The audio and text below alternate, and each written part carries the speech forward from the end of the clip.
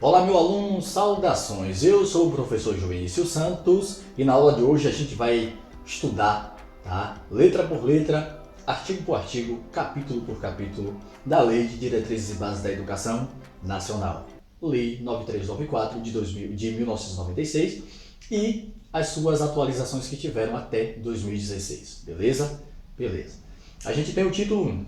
O título 1 vai tratar da educação.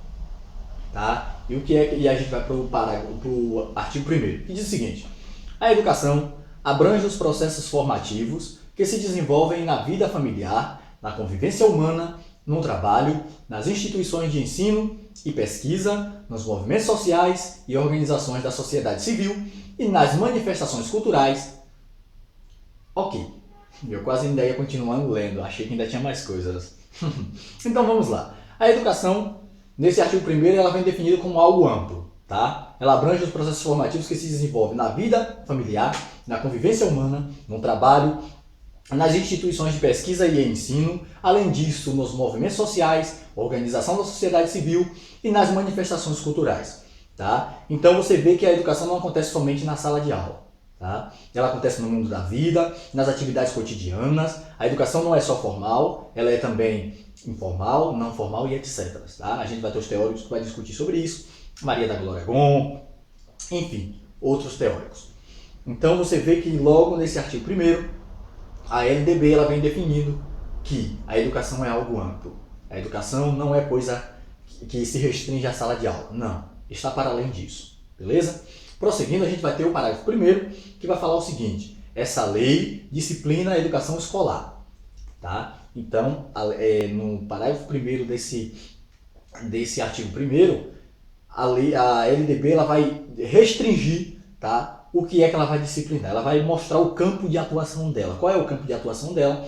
A educação escolar, tá? Que se desenvolve predominantemente por meio do ensino em instituições próprias, tá?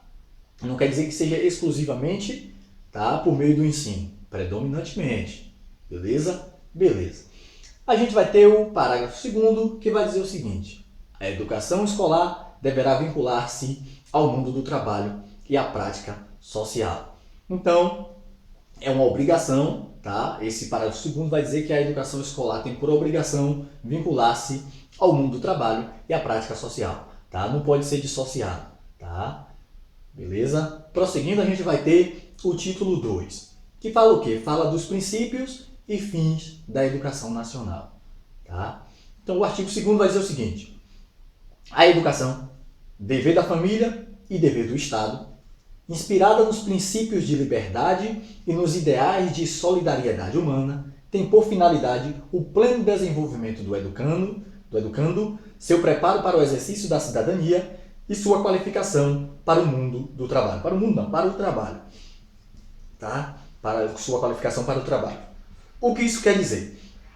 Quer dizer o seguinte: que a educação ela vem como um dever constitucional do Estado, mas também um dever constitucional da família. Tá? Não é o Estado sozinho, são duas pessoas que têm dever de oferecer a educação para a criança, para o adolescente. Tá?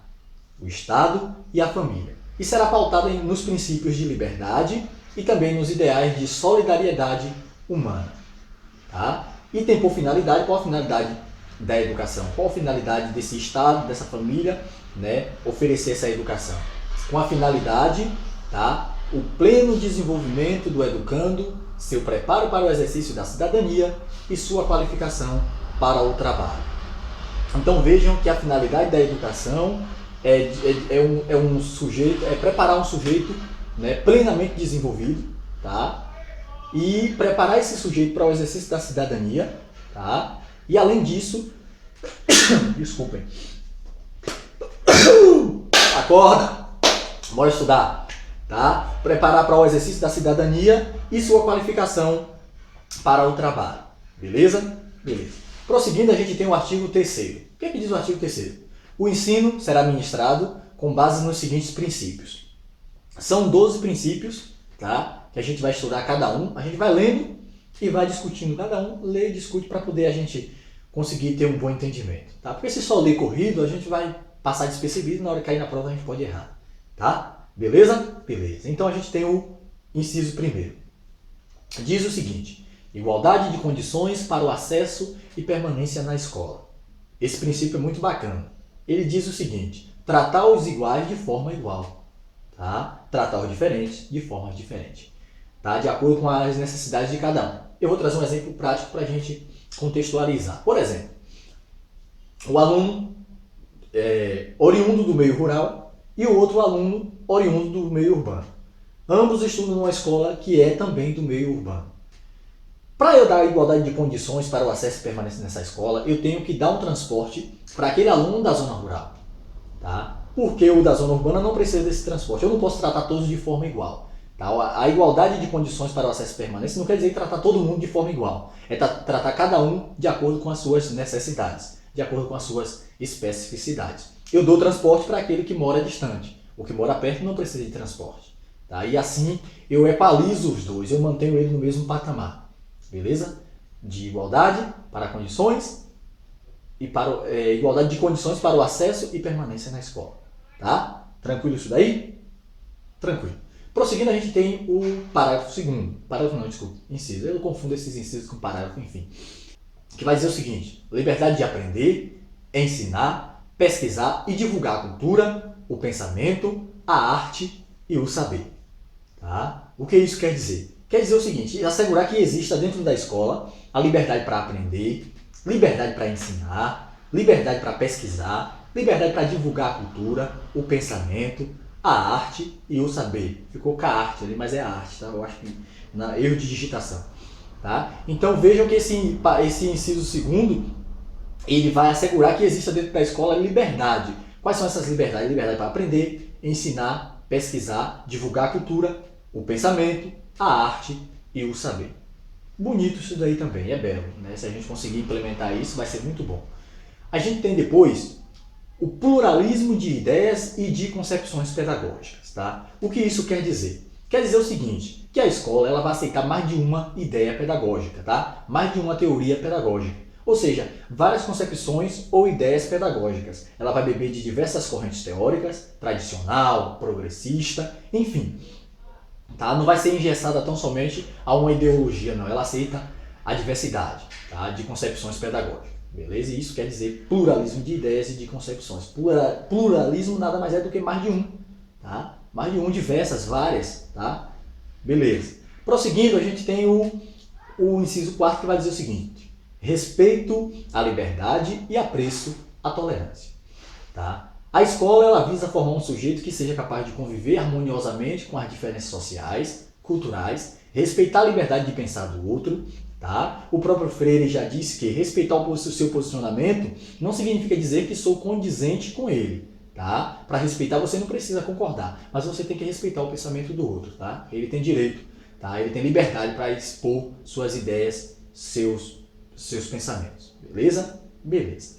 Prosseguindo, a gente tem o inciso 5º que vai falar o seguinte: coexistência de instituições públicas e privadas de ensino. Ou seja, um dos princípios da educação básica, da educação nacional, né, é que haja a existência de instituições públicas e instituições privadas de ensino. Tá? Isso é uma realidade no nosso país. Tá? Existe sim as instituições públicas, tá, no sentido de gratuita, e existem as instituições privadas no sentido de paga, e também com algumas ideologias. Tá? Não é só paga que seria privada, tá? Mas tem algumas que têm algumas ideologias. Por exemplo, a católica, a adventista, confessionais. Tá? Para muitos, isso tem sido um grande negócio, uma vez que a educação pública, na maioria das vezes, não é ofertada com qualidade, tá? Necessária que deveria ser. Tá? Aqueles que têm dinheiro, né, que têm real, optam por colocar seus filhos na escola particular, porque lá eles têm certeza que vai ter uma qualidade, tá? Enquanto que a escola pública está defasada, tá? Infelizmente, não era para ser assim, mas está. Mais em frente a gente vai estudar, tá, sobre o conceito de pública e o conceito de privada com mais detalhes. Tá? Na oportunidade veremos que há uma divisão nessa privada e nessa particular. Tá? Aí a própria lei de diretrizes e base, ó, tem um barulho estranho na rua, não sei se afetou a aula aqui ou não, parou. Tá? Na oportunidade a gente vai ver que há uma divisão, tá, entre a educação privada e a educação pública, beleza?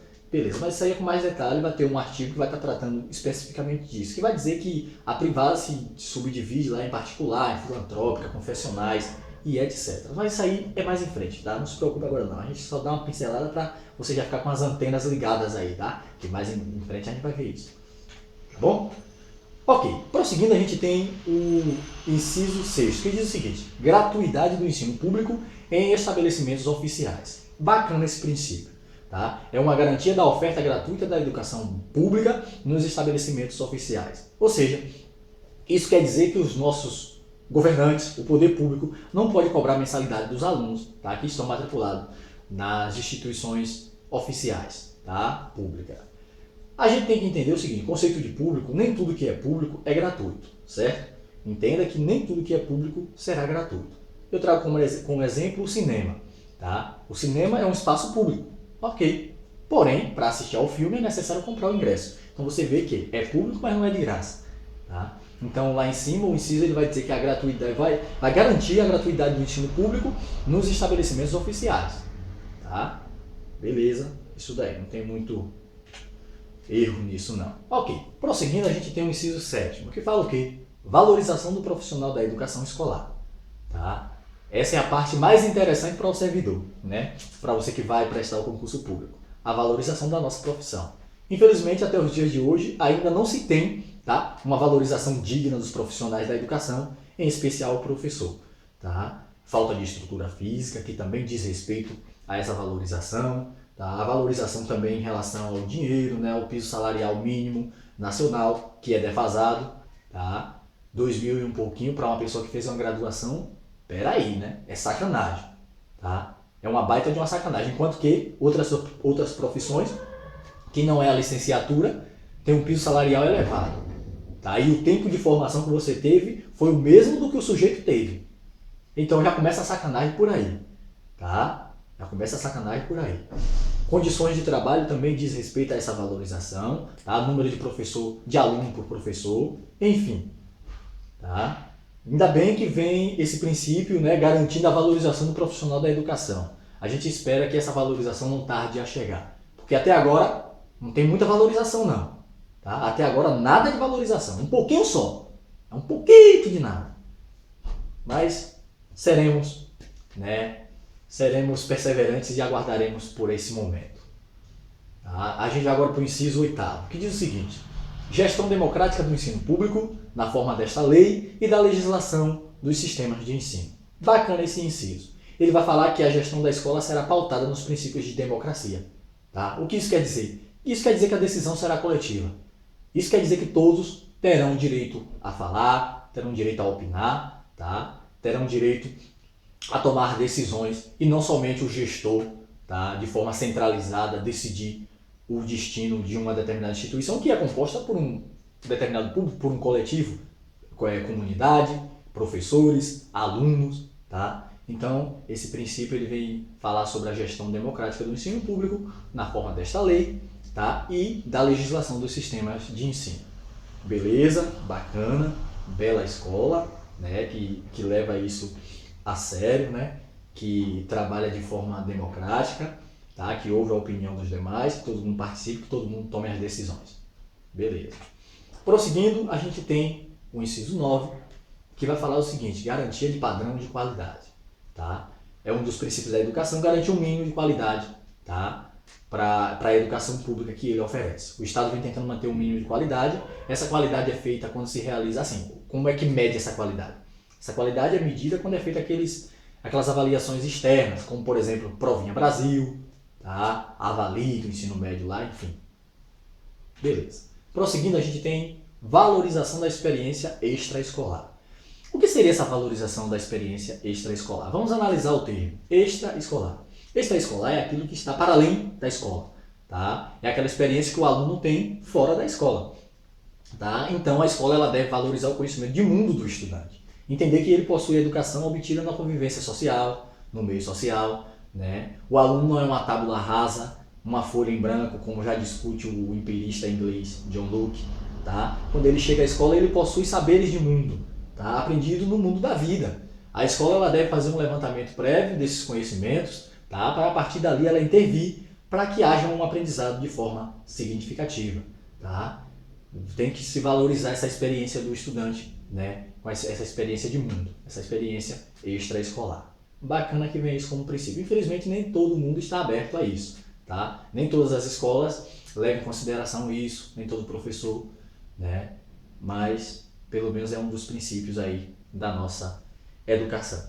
Depois a gente vai ter vinculação entre a educação escolar, o trabalho e as práticas sociais, tá? O processo de escolarização não deve ser dissociado do trabalho, não deve ser dissociado da convivência social, tá? Da prática cotidiana, não. Deve estar relacionada com o exercício da cidadania, com respeito à diversidade cultural, convivência harmoniosa com a diferença, enfim. Deve haver vinculação entre a educação escolar, o trabalho e as práticas sociais. Beleza? Beleza. Prosseguindo, a gente tem o inciso 12, que já está encerrando, né? Que vai falar o seguinte: consideração com a diversidade étnico-racial. Esse último princípio, tá? Ele foi inserido em 2013. Você vê que a lei foi feita lá em 1996, mas de lá para cá houve diversas atualizações. Tá? Em 2013, por exemplo, foi inserido esse inciso aí que fala das considerações com a diversidade étnico-racial, tá? O qual vai falar, né, que o Brasil, a gente entende isso daí como sendo o seguinte: o Brasil é um país que possui uma cultura diversificada, beleza? Povos de origens diversas também, tá? E isso por conta do processo de colonização do país. Vieram os escravos, que eram lá do continente africano, tá? Vieram os colonizadores, a Europa, enfim. Tá? A escola ela deve preparar o aluno para respeitar, para conviver, tá? Preparar o aluno que dialogue com essa diferença. Tá? Um aluno que conviva harmoniosamente com essa diversidade étnico-racial, com o negro, com o branco, com o índio, tá? Com o albino, enfim. Essa diversidade toda a escola tem que preparar o estudante, tá? Para um sujeito que considere a diversidade étnico-racial. Beleza? Beleza. A aula de hoje foi só até ali. Na próxima a gente vai tratar do título 3 e vai falar do direito à educação e do dever de educar, certo? Eu espero você numa próxima gravação. Não se esqueça de se inscrever no canal, porque isso conta. E é bom para você também receber depois, quando eu postar a próxima aula, você prosseguir aí com seus estudos, certo? Bom dia na cadeira, bons estudos, porque estudar nunca é demais. Não é isso mesmo? Estudar hoje, quem sabe, para pelo menos tentar, né, organizar esse mundo amanhã. Não é verdade? Uma pessoa educada é melhor do que uma pessoa mal educada. Não é isso mesmo? Pois bem, até logo!